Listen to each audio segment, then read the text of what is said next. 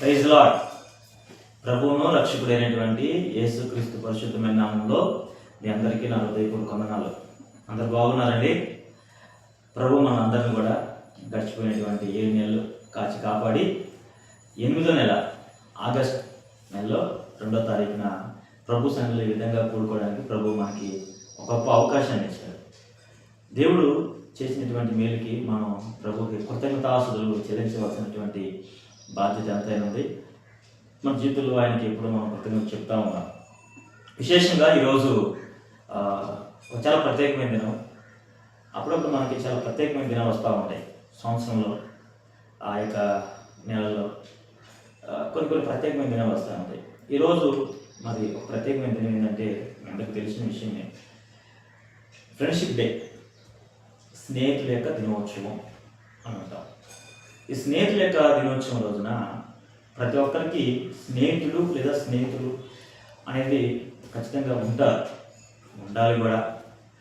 అయితే ఇప్పుడున్నటువంటి పరిస్థితుల్లో స్నేహితుని యొక్క బాధ్యత చాలా విలువైంది. స్నేహితుడు అని మనం ఆలోచన చేస్తే, స్నేహితుడు లేదా స్నేహితురాలు అని మనం ఆలోచన చేస్తే, లేఖనాల్లో బైబిల్ గ్రంథంలో ఒక మాట మీకు తెలియజేస్తాను. సామెతల గ్రంథం 17వ అధ్యాయం 17వ వచనంలో ఈ విధంగా ఉంటుంది: నిజమైన స్నేహితుడు విడవక ప్రేమించును. నిజమైన స్నేహితుడు విడవక ప్రేమించును. వింటున్నారా? వినండి. నిజమైన స్నేహితుడు విడవక ప్రేమించును అనే మాట ఉంది. అయితే ఇప్పుడు ఉన్నటువంటి పరిస్థితుల్లో స్నేహితులారా, దేవుని బిడ్డలారా, మనం కొద్దిగా ఆలోచన చేసుకుంటే మీ జీవితంలో, మీ బ్రతుకులో, మీ యొక్క వ్యక్తిగత జీవితానికైనా మీ కుటుంబానికైనా మీకంటూ ఒక మంచి స్నేహితుడు ఉన్నాడనుకోండి, మీరు ధన్యులే. స్నేహితుడి కోసం ప్రాణం ఇవ్వచ్చు, ప్రాణం పెట్టవచ్చు. అయితే అలా ప్రాణం పెట్టేటువంటి నిజమైన స్నేహితుడు దొరకడమే కష్టం. ఈ రోజుల్లో మన బ్రతుకుల్లో కూడా, మన జీవితాల్లో కూడా, విశేషంగా నా జీవితంలో కూడా చూసుకుంటే నాకు కూడా చాలామంది స్నేహితులు ఉన్నారు.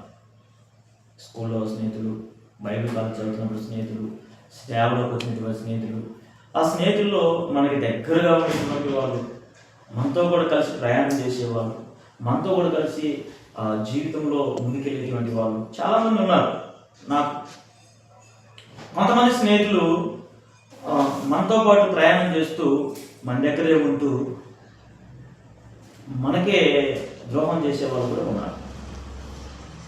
నిజమైన స్నేహితుడు తన స్నేహం కోసం, తన స్నేహితుడి కోసం ఏం చేస్తాడంటే అడ్డంగా నిలబడతాడు.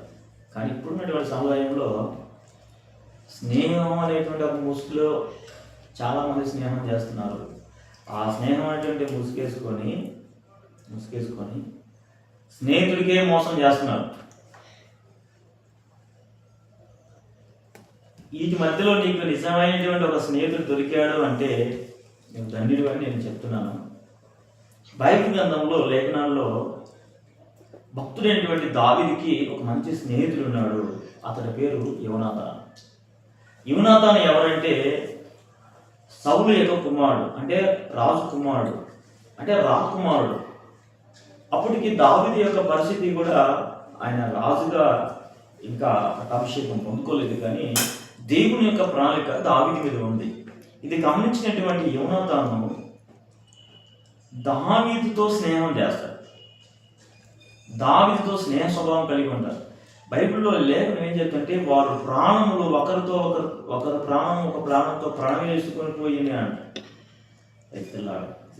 ఎంత అద్భుతం చూడండి. ఈరోజు నీ స్నేహితుని గురించి నువ్వు మంచి చేయకపోయినా పర్వాలేదు, కానీ చెడు మాత్రం చేయొద్దు, కీడు తలపెట్టి పనులు చేయొద్దు. నా జీవితంలో, నా వ్యక్తిగత జీవితంలో నాతో పాటు స్నేహం చేసిన వాళ్ళు చాలామంది నా కీడు గోరులో కూడా ఉన్నారు. అది నాకు తెలుసు. నా గురించి నా దగ్గర నా ముందు మంచిగా మాట్లాడిన వాళ్ళు, నాతో బయటకు వెళ్ళి నేను లేని సమయంలో నా గురించి బ్యాడ్గా మాట్లాడిన స్నేహితులు కూడా చాలామంది ఉన్నారు. ఆ విషయం కూడా నా చెవిలో విన్నాను. బట్ నేను విన్న తర్వాత చాలా బాధ అనిపిస్తూ ఉంటుంది. నాకు పర్వాలేదు, దేవుడికి అప్పచెప్తా ఉన్నాను. మనం ఏం చేయలేము.